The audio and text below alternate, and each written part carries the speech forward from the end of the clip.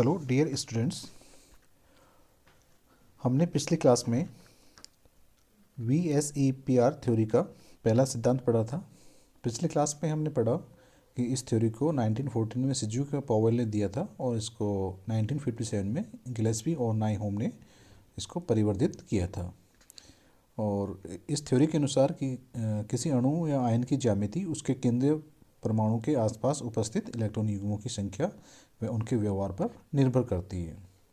और इस सिद्धांत को हमने कुछ नियमों में डिवाइड किया है, जिसमें से पिछली क्लास में हमने फर्स्ट नियम पढ़ लिया था कि एकांकी इलेक्ट्रॉन युग्म अपने पास वाले इलेक्ट्रॉन युग्म को बंद इलेक्ट्रॉन युग्म को अधिक प्रबलता से प्रतिकर्षित करता है। और इनका जो एक क्रम होता है वो होता है लोन पेयर का रिपल्सन सबसे ज़्यादा होता है, लोन पेयर बॉन्डिंग पेयर उससे कम, और बॉन्डिंग पेयर का प्रतिकर्षण सबसे कम होता है। ये फर्स्ट नियम था। और आज जो हम पढ़ेंगे सेकंड नियम, वो ये कहता है कि जैसे जैसे बंधित परमाणुओं की विद्युत ऋणता बढ़ती है वैसे ही बंद युग्मों में प्रतिकर्षण कम होता जाता है जिससे बंद कोण का मान कम होता जाता है। क्या कह रहा है ये कि किसी केंद्रीय परमाणु से बंधित परमाणुओं की विद्युत ऋणता बढ़ती जाती है वैसे ही बंद युग्मों में प्रतिकर्षण कम होता जाता है, जिससे बंद कोण का मान भी कम हो जाता है। दूसरे शब्दों में हम ये कहें कि बंधित परमाणुओं की विद्युत ऋणता कम होने से बंद कोणों के मान में वृद्धि होती है। इसको हम इस प्रकार से एक्सप्लेन कर सकते हैं कि जब केंद्रीय परमाणु से बंधित परमाणुओं की विद्युत ऋणता में वृद्धि होती है तो बंध के जो इलेक्ट्रॉन हैं वो केंद्रीय परमाणु से बंधित परमाणुओं की तरफ रहेंगे। तो जब इन बंधों का विस्थापन बंधित अधिक विद्युत ऋणता वाले परमाणुओं की तरफ होता है तो इनकी बीच की दूरी बढ़ जाती है, बॉन्डिंग पेयर्स के बीच की दूरी बढ़ जाती है, जिससे प्रतिकर्षण भी कम हो जाता है, जिससे बंद कोण का मान भी कम हो जाएगा। दूसरे शब्दों में बोले इसको हम कि बंधित परमाणुओं की विद्युत ऋणता कम होने से बंद कोणों में वृद्धि होती है। कि बंधित परमाणुओं की अगर विद्युत ऋणता कम होगी तो इनके जो बॉन्डिंग इलेक्ट्रॉन्स हैं वो केंद्रीय परमाणु की तरफ विस्थापित रहेंगे। तो जो केंद्रीय परमाणु की तरफ विस्थापित रहेंगे तो इनके बीच की दूरी का मान क्या होगा, कम हो जाएगा। और इस दूरी का मान कम होने से की वजह से ये इलेक्ट्रॉन युग्म पास पास होंगे, जिससे प्रतिकर्षण बढ़ेगा और उस प्रतिकर्षण बढ़ने के कारण इसमें बंद कोण का मान भी बढ़ेगा। इस नियम 2 को हम कुछ उदाहरण देके समझाया जा सकता है। पहला जो उदाहरण है वो हम लेंगे वाटर मॉलिक्यूल, जिसमें HOH बॉन्ड एंगल या बंद कोण 104 डिग्री 30 मिनट का होता है। जबकि दूसरा एग्जाम्पल हम लेंगे OF2 का, जिसमें FOF जो बंद कोण है वो 103 डिग्री 12 मिनट का है।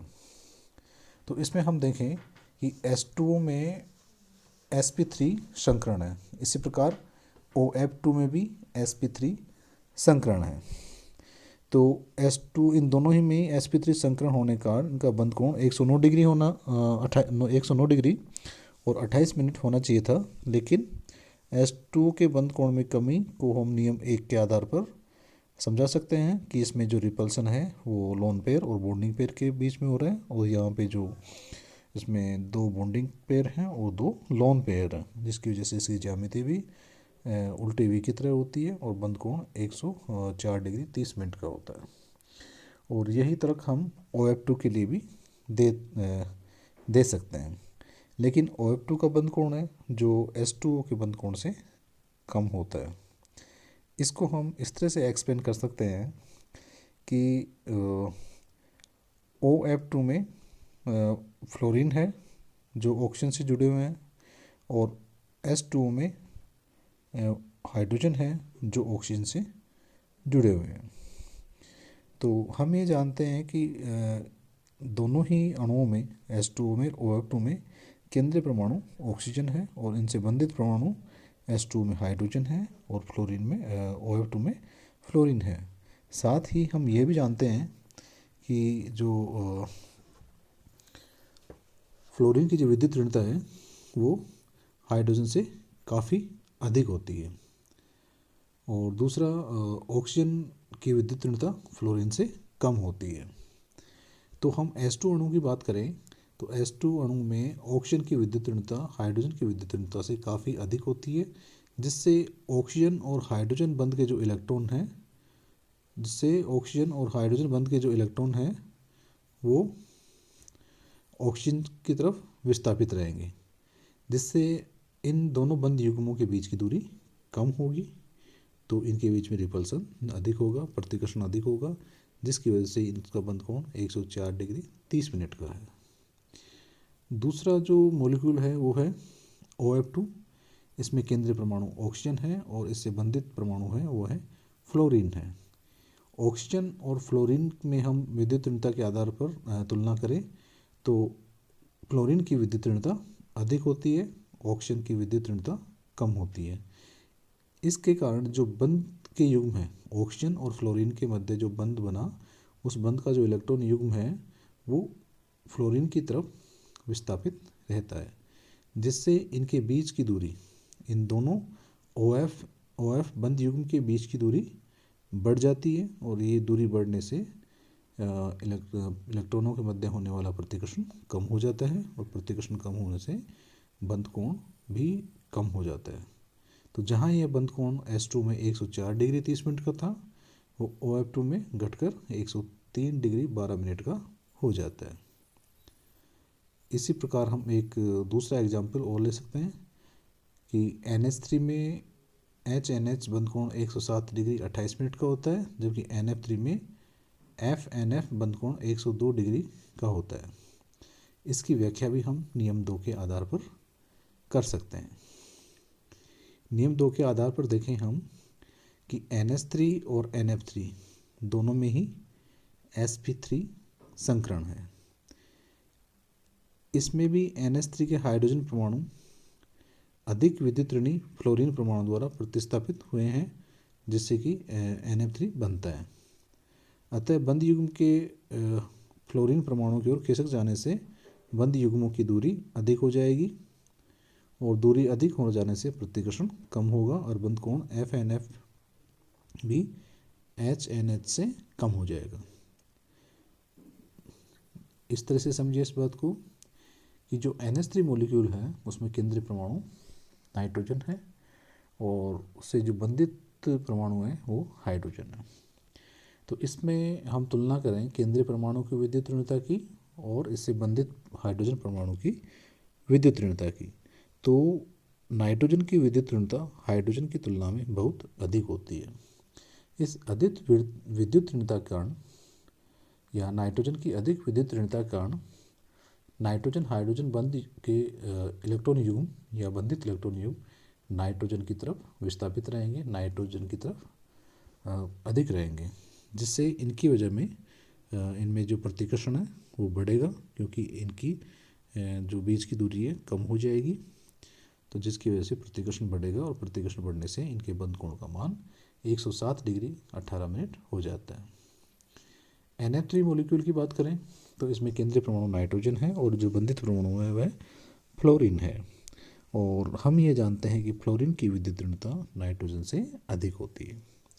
तो फ्लोरीन की विद्युत ऋणता अधिक होने के कारण नाइट्रोजन फ्लोरीन बंध के इलेक्ट्रॉन युग्म है या बंधित इलेक्ट्रॉन युग्म है, ये फ्लोरीन की तरफ आकर्षित रहेंगे, फ्लोरीन की तरफ विस्थापित रहेंगे। इसकी वजह से इन बंधित इलेक्ट्रॉन युग्मों के बीच में दूरी बढ़ जाएगी। तो ये दूरी बढ़ने के कारण इनके बीच में प्रतिकर्षण कम होगा और प्रतिकर्षण कम होने की वजह से इनके जो बंध कोण का मान है वह भी कम होगा। तो इस नियम का अनुप्रयोग हम कुछ अन्य उदाहरणों पे भी कर सकते हैं, जैसे PCl3 में PCl बंध कोण है 100 डिग्री का, जबकि PbR3 में ये बंध कोण PbR 101 डिग्री 30 मिनट का हो जाता है, और Pi3 में ये बंध कोण IPi 102 डिग्री का हो जाता है और PF3 में 97.8 डिग्री का हो जाता है। इसकी व्याख्या भी इस नियम 2 के आधार पर की जा सकती है। इसी प्रकार ASCl3 में एंगल ASCl 98 डिग्री 24 मिनट्स का होता है। इसी प्रकार ASBr3 में angle B R A S B R 100 degree 30 minutes का होता है, और ए एस आई 3 में angle A I S I 101 degree का होता है। PF3 एवं ASF3 अणुओं के मध्यबंध कोणों को समझाने में यह नियम असफल रहा है। इस नियम की अनुपालना करने पर PF3 में एंगल FPF तथा ASF3 में एंगल FASF क्रमशः एंगल CLPCL